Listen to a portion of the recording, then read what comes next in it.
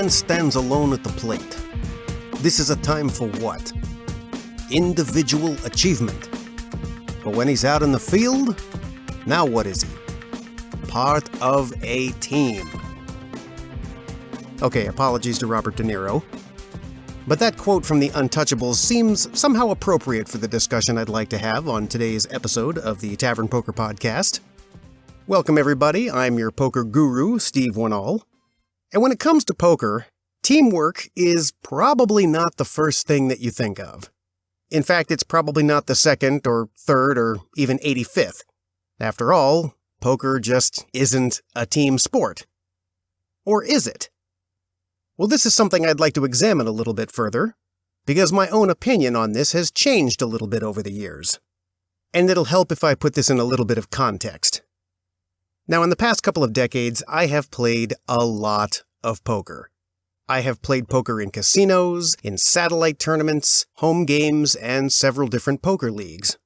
But nowhere have I played more poker than with the Tavern League I am currently associated with. That being the World Tavern Poker League, which I've mentioned many times on this podcast. And in addition to being the largest league of its kind in the nation, World Tavern is also well known for having sort of a party reputation to them. Twice a year they hold their national tournaments, and these usually go hand in hand with some tailor-made parties and general good times. And included in that are various special games that they like to play. Things that you wouldn't normally see in a regular casino setting.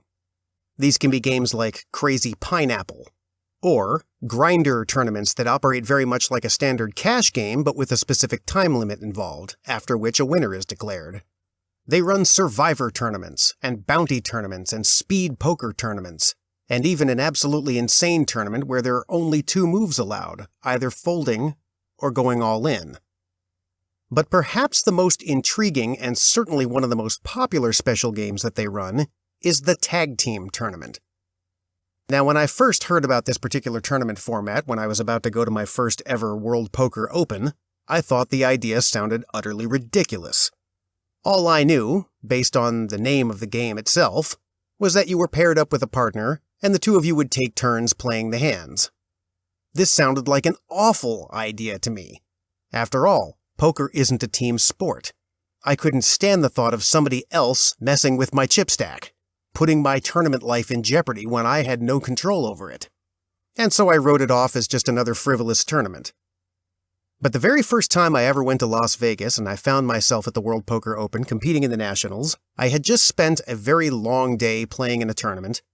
I'd lasted a good 5 or 6 hours and come up just shy of the money, but was satisfied that the tournament entry fee I had paid had given me a full day's recreation for a relatively cheap price.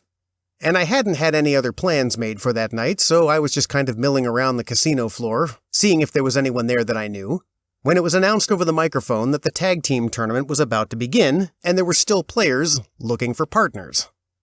Well, I had no interest in playing in the tournament before. I didn't have any interest in playing in it now. But there was a woman there who I'd never met before.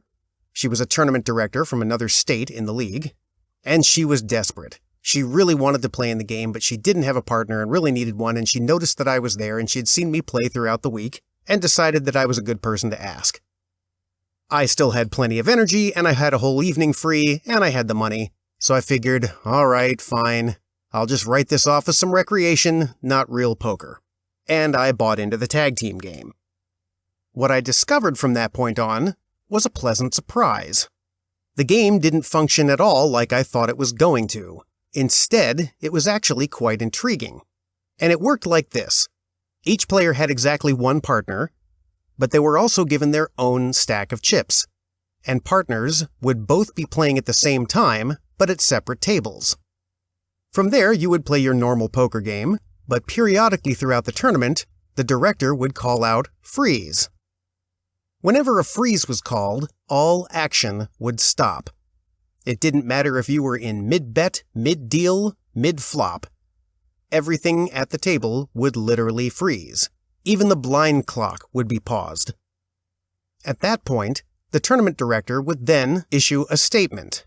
And it was usually something like, if either you or your partner are wearing a hat, switch places. At which point, if either one of you was wearing a hat, you would do exactly that. You would leave your table and your chip stack and your hand, if you had one, behind, and you would go to the table where your partner was sitting and take over for them, and they would take your seat.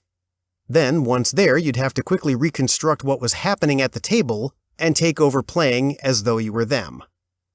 Now, this definitely proved to be a chaotic way to play the game of poker, but it also led to some very intriguing situations, and became the birthplace of some very interesting strategies. It also did something that I think is pretty important for every poker player to do, which is force themselves every now and then to step outside of the box, to leave your comfort zone as a player and experiment with new ways of playing, try new strategies on for size. Literally try to put yourself in somebody else's shoes. And I'll give you the best example I can come up with that comes straight from this tournament that I played in. I was doing very well at my table. I'd won a few small pots, our chip stack was above average, and I felt I was doing a pretty good job of sustaining it. We were in between hands, so there was nothing really on the line at my table, but a freeze was called. I believe the statement at that time was, if you and your partner are different genders, then switch. And of course we were, so I got up and walked across the room. Now, one of the rules of this tournament, which they take pretty seriously, is that while you are switching places, you are not allowed to communicate with your partner. You're not allowed to tell them anything, not even so much as, we have pocket nines, or the guy in seat number 3 just bluffed me. You could really say nothing at all, you're just passing them and taking their seat. Well, as I passed my partner on this particular switch, we didn't talk to one another, but I did notice that she had a slight look of panic on her face, and she had a sort of ghostly pale complexion. Well, that didn't bode too well. Now, as I sat down at the table, I was instantly aware of a number of different things. First, she had a good-sized chip stack, but a lot of it was currently in front of her cards, being bet into the pot. The next thing I noticed is that almost everyone at that table had changed, including everyone who was currently involved in the hand that had been frozen in mid-action. And here's what the action was. There was a flop on the table. I don't remember precisely what the flop was, but it was pretty uncoordinated and junky. There was already a sizable pot, probably from some raising and calling pre-flop, and there were currently 5 people involved in the hand, my partner included. And as I sat down at the table and realized that we were on the button, I very quickly surmised that the action had gone as follows. The first player to act after the flop had led out with a bet. The second person to act had raised them. The next 2 players to act had both called the raise, and my partner had raised yet again. That was some serious action on what looked to be a pretty uncoordinated and junky board. Well, as I noticed that every single person involved in that hand was now a different person than had started the hand, I finally ventured to take a look at our hole cards. My partner was holding pocket 5s. This was fairly alarming to me, because my partner, by all rights, had seemed like a very tight player. She didn't seem like the kind of person who is prone to making impulsive decisions. We had already been in this tournament for a good couple of hours, and I hadn't noticed anything insane about the sizes of the chip stacks when we changed places. We both seemed to be playing very much a tight, aggressive game. This, however, was very loose, aggressive style play. But I was in a very unique position now, because I was taking over for a partner who is right in the middle of telling a very specific story, one that was now imperative for me to continue.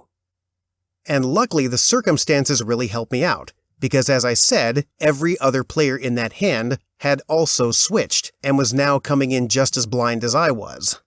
I was also helped by the fact that I was in position. I was sitting on the button. I could see what everyone else was going to do before it got back around to me, and that would make my decisions a whole lot easier. Well, as it turns out, when people sat down and they started to look at the bets in front of them and take a look at their hole cards, they very carefully surveyed the entire situation, and all of them opted to play it pretty cautiously. The player who had clearly opened the betting decided to just call the re-raise from my partner. The person who had raised them also opted to just call the raise, and the other two initial callers wisely decided that whatever was going on here, it would be better to just bow out, and they both folded.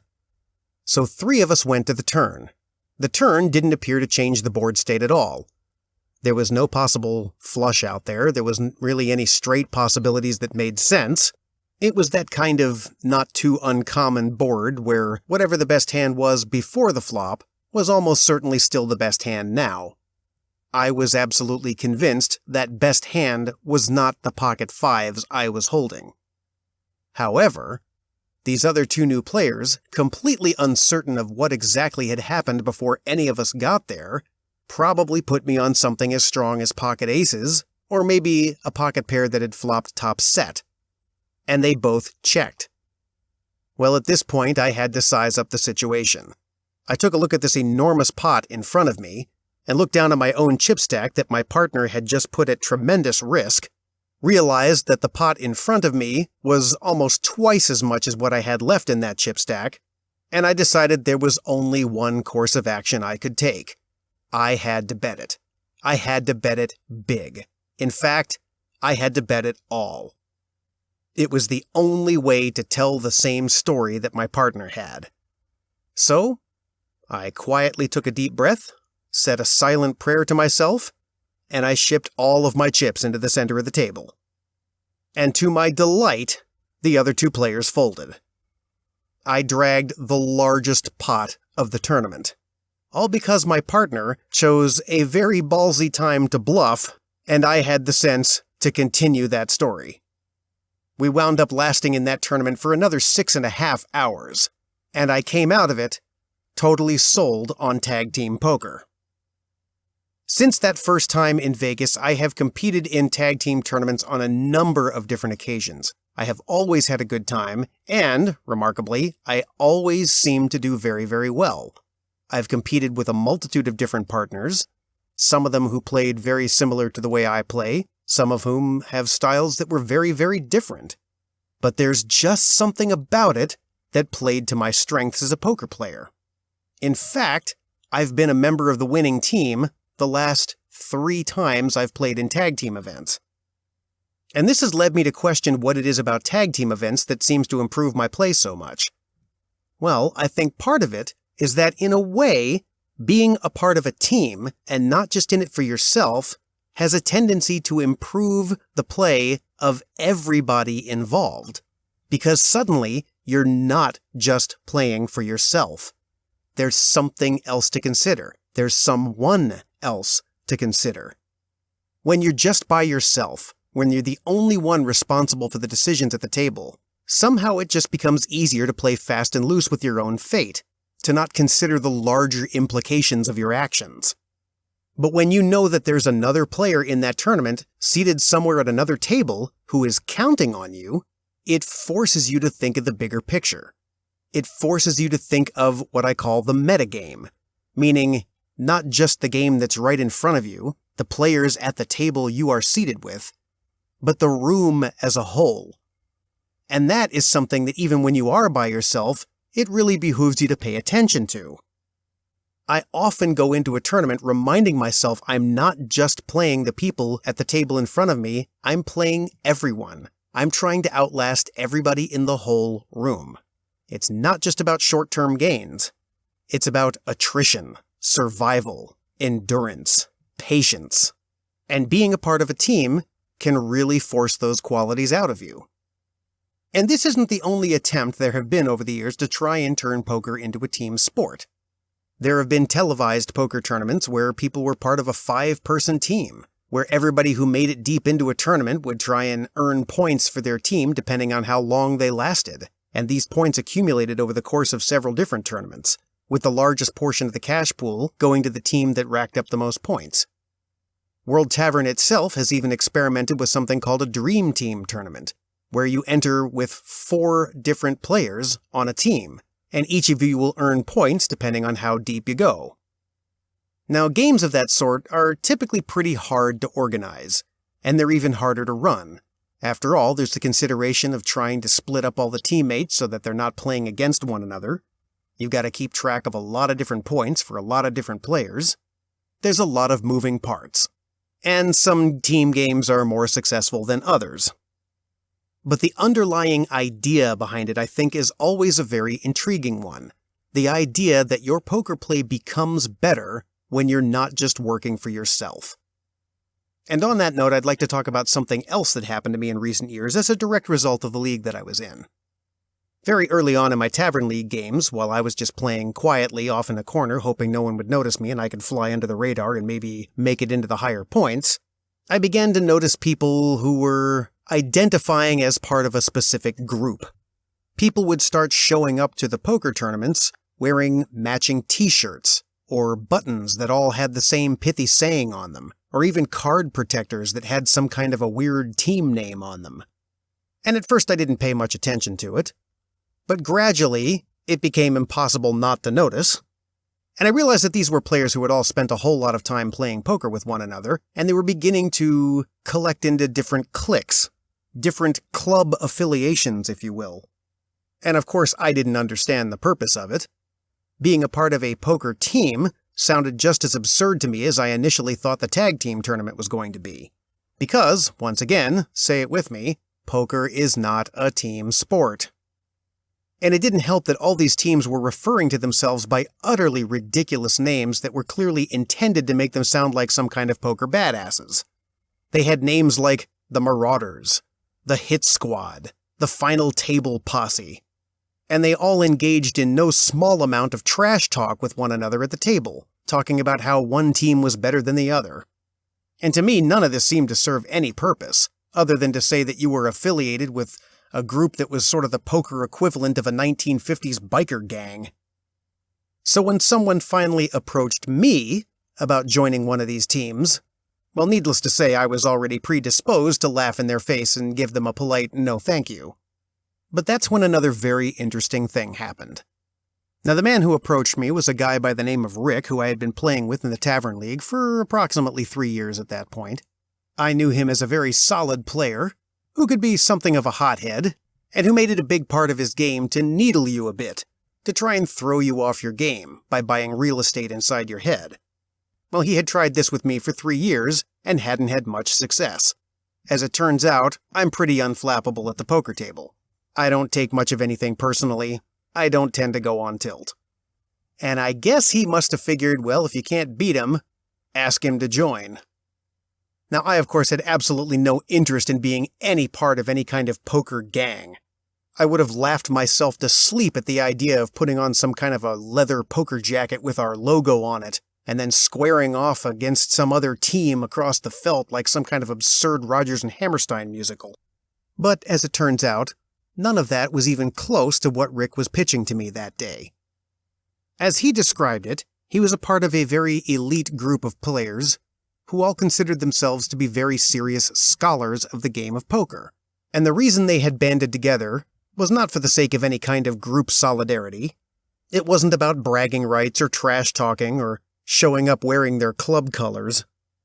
Instead, this was a small group of people who regularly met outside of the league for their own private games, where they could not only practice against players who were seriously working on their game, but could discuss deeper strategy, and as Rick put it, learn from each other with the intent of the entire group collectively raising their skill level. And this appealed to me. In fact, it appealed to me a lot. I too considered myself to be a pretty big scholar of the game. I too was very interested in doing whatever I could to improve that game. And the idea of actively working on it with a bunch of like-minded people made a whole lot of sense to me. So, I agreed to join the group and come along and see what it was all about, and I never regretted it, even when I found out that in a very tongue-in-cheek fashion they decided to make fun of the other poker teams by naming themselves the Super Elite Poker Assassin Legends, or CPAL for short. Utterly ridiculous name aside, the group proved to be everything I was promised it would be, and there were some classic poker personalities amongst this group. There was, of course, Rick the Hothead, who went by the nickname Trouble, but there was also a poker encyclopedia, a couple of teachers with a loose cannon image who were actually fairly tight aggressive players, a calm and unshakable tournament director, There was a single woman in the group who might well have been the best player amongst the lot, who the others lovingly referred to as the Queen of Seapal, and then there was another mad genius who said, well, if she's the queen, then I must be the princess. Every single one of them had a uniquely different style of playing the game. They had very different approaches to it and very differing strategies. But rather than become a point of contention, the group was using this strategic diversity to their advantage, finding techniques and strategies they could incorporate into their own game, all the while figuring out how to adjust their existing strategy to deal with tactics that otherwise would have been foreign to them. And just as had been promised, the bizarre makeup of this group, this team of poker players, seemed to be elevating everybody's game. They were rising together. And it really helped that they were a very exclusive group. They only recruited people who they felt would benefit from their expertise, but also whom they could benefit from, because each new player added an element that perhaps they felt they were missing. These were some of the best players in the league. These were players who actually paid attention to deeper strategy, and we did a lot more than simply play games around a dining room table. We discussed statistics and probability. We discussed hand ranges relative to position. We talked about the differences between cash games and tournaments, World Series satellites versus the poker leagues that we were playing in. And on top of that, as a bonus, there was some genuine camaraderie going on. And over what turned out to be a pretty short period of time, I noticed the best side effect of all. My own game was genuinely improving because of it. And that's when I started to notice that this wasn't actually all that unique in the world of poker, not even at the professional level. It was around this time that the World Series of Poker began to televise what they were calling the November 9. This is when poker had risen to such huge popularity that they decided to hold off on viewing the final table until the ESPN broadcast had caught up with it. And something I noticed at those live televised final tables was really fascinating to me. While there were only 9 players left in the tournament, and each of them was responsible for playing the game solely by themselves, they all had people on the rail who were not just supporting them, but actively coaching them. Not while they were in a hand, of course, but it was much more than just moral support they were receiving. They were doing things like watching the broadcast on the half-hour delay, so they could see what another player had done in a hand against them 30 minutes earlier.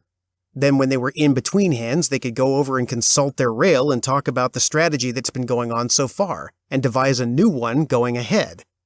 I very quickly realized that none of those final 9 players in the biggest poker tournament in the world were there by themselves. All of them had coaches and teammates working to help them win this thing from the sidelines. It was not unlike some other sports I might mention. Specifically, NASCAR came to mind. Now, obviously in a stock car race, the driver gets all the glory, but none of them can do it without a dedicated pit crew, without whom the driver would be utterly lost. And those pit crews are always super skilled athletes in their own right. And this really got me to thinking. Here I'd spent over a decade playing in poker leagues, trying to free roll my way into larger events because, I'm poor. And I realized that if I did manage to get into some of these bigger events, there was something really vital missing from my game. After all, what would happen if I made my way into a really big event and wound up going deep? What happens if I find myself at the final table of the main event of the World Series of Poker, and I don't have my rail there with me? If I don't have a pit crew? If I don't have a team to bounce ideas off of, or to run reconnaissance for me, or to discuss strategy with, or even so much as someone who's there just to give me moral support? It occurs to me that that would put me at a pretty significant disadvantage. And by suddenly being a part of one of these poker teams, I discovered another unexpected joy, which is that I liked being that pit crew for somebody else. I enjoyed standing on the rail and giving them moral support, shouting words of encouragement, helping them by letting them bounce ideas off of me so they could devise a new strategy going forward. So why don't we try a quick little mental exercise? Imagine that you've made your way into the main event of the World Series of Poker. Maybe you free-rolled your way in there. Maybe you got someone to help you with the bankrolling of it. Whatever, you're there. And for the most part, you're just treating it like a once-in-a-lifetime event. a story that you'll get to take home with you. You'll be able to say, hey, I played in the main event of the World Series of Poker with 6,000 other people. But then something really unexpected happens. You make it to day 2. And then you make it to day 3. And then day 4. And the next thing you know, you're cruising past the money bubble, and you've got a healthy stack of chips. Suddenly, you're not just there for a story. You're looking to make a really big payday. Maybe even make the final table. All of a sudden, it's not just about having fun anymore. You're in it to win it. It's time to start treating this like serious business.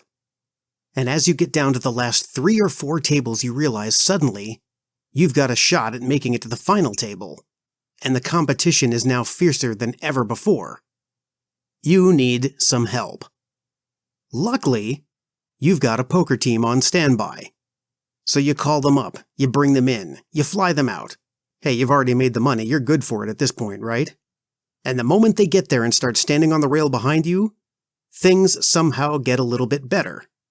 Now you've got people who are there encouraging you. They're there to cheer you on when you make a great play or take down a big pot.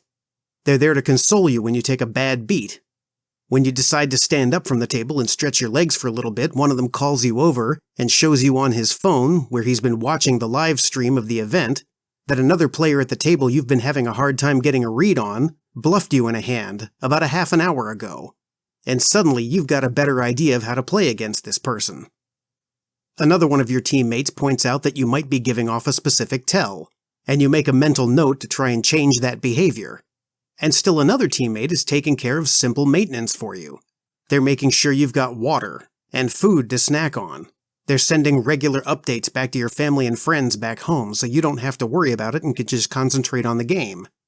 You have a full-on support system, and it is making all the difference in the world.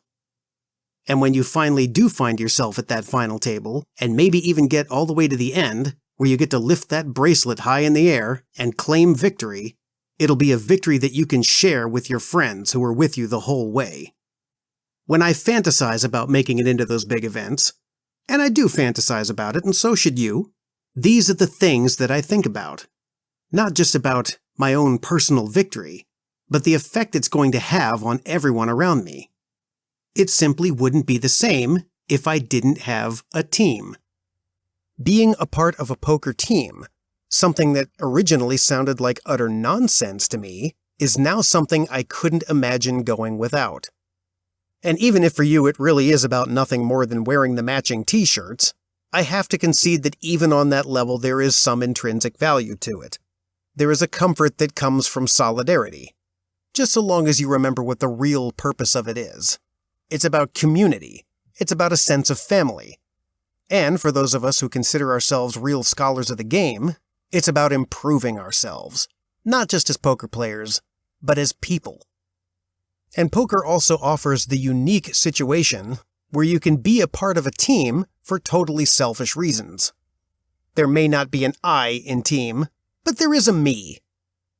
And when it comes to playing poker, and of course just games in general, I'm the kind of person who really feels that you should constantly be striving to find the missing pieces of your own game. Try to identify the holes in your own skill set, and experiment with things that might fill those voids. And when you make the decision to become a team player, even in a game that has never been identified as a team sport, you might just discover a really big one of those missing pieces. And as this episode wraps up, I'd like to now ask you to become a part of my team. Remember to like and share this episode, hit the subscribe button and turn on notifications, and that way I can always be a part of your team as well. I'm Steve Wannall, your poker guru. This has been the Tavern Poker Podcast, and as always, thank you for listening.